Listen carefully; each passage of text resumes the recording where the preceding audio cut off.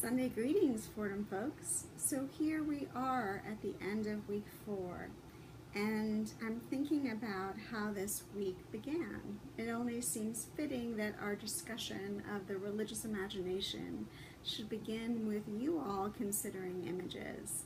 So you took a look at postcards, you took a look at some music videos, and what was really interesting in the discussion board afterwards was people's sense of the present day.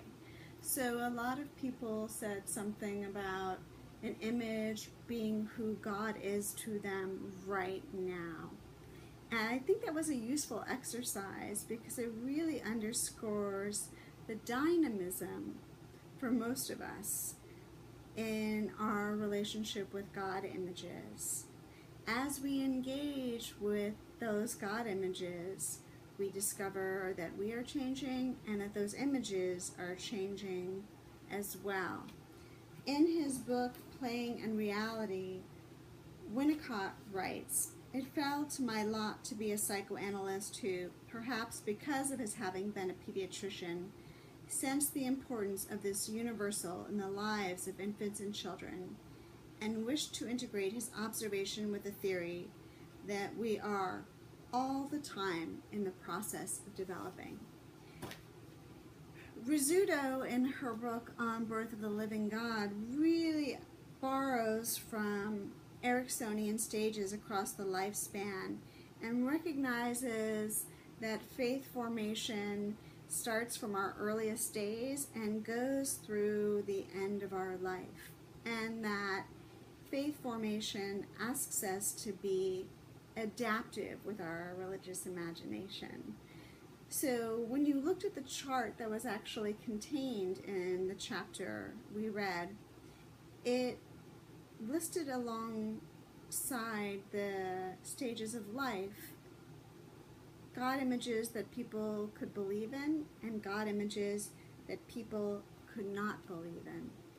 And Rizzuto is right, I think, to underscore the fact that people who don't believe in God have an image of the God they don't even believe in.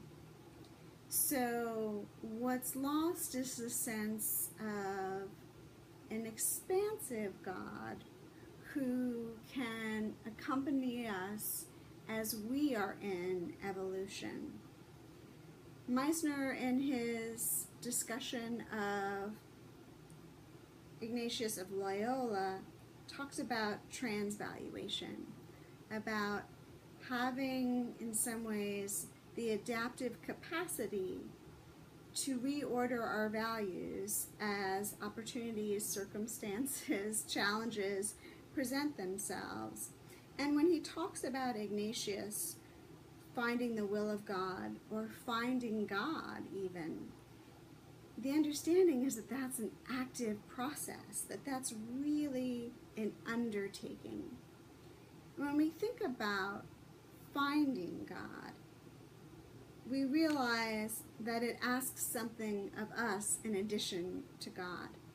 So what makes any representation, any object, any image meaningful is the psychic investment that we ourselves make in it. And so, as Rizzuto notes, we need to have images that in some ways mirror us, that allow us to invest in them, that are capacious enough to really hold those psychic energies.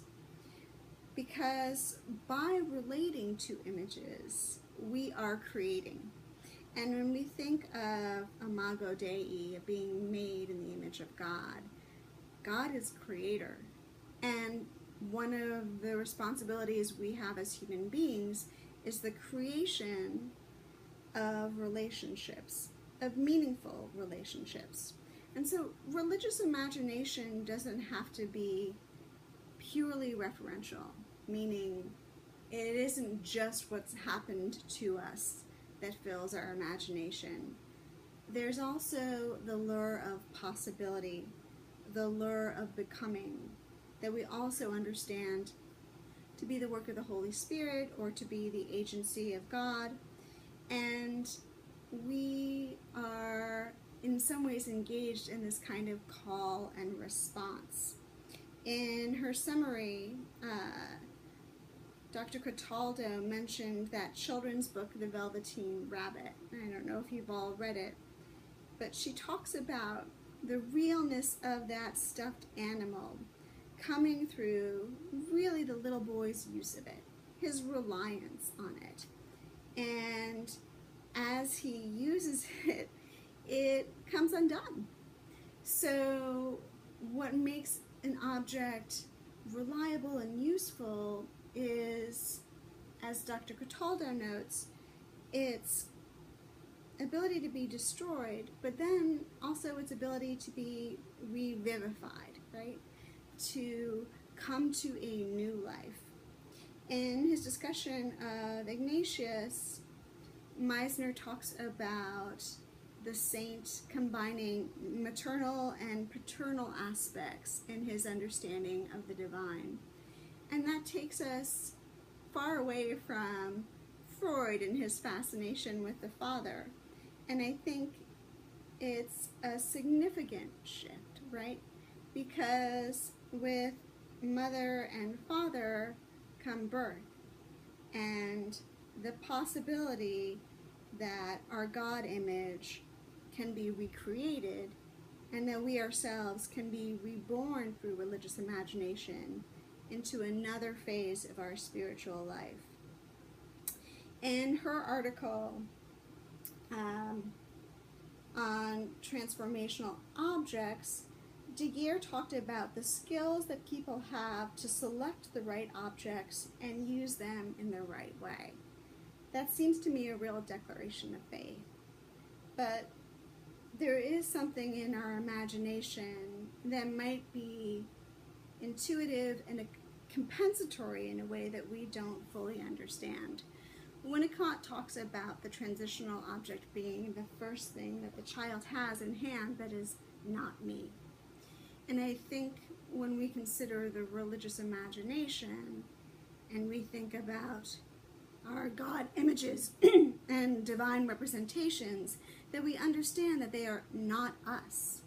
They're not wholly other, but they're not us. We are not God. And that capacity to identify what is not God is what allows us to find a living God with whom we can be in relation, so that we can say with some assurance, that's the God I recognize. That is the God that is revealed to me. That is the God I serve. That is my God. And so when you were looking at the images and the postcards and the videos, what I sensed from all of you was, much like St. Ignatius, a desire to find your God. And I hope that as we continue this conversation next week, you will feel better equipped and more emboldened to do just that. See you then. Bye-bye.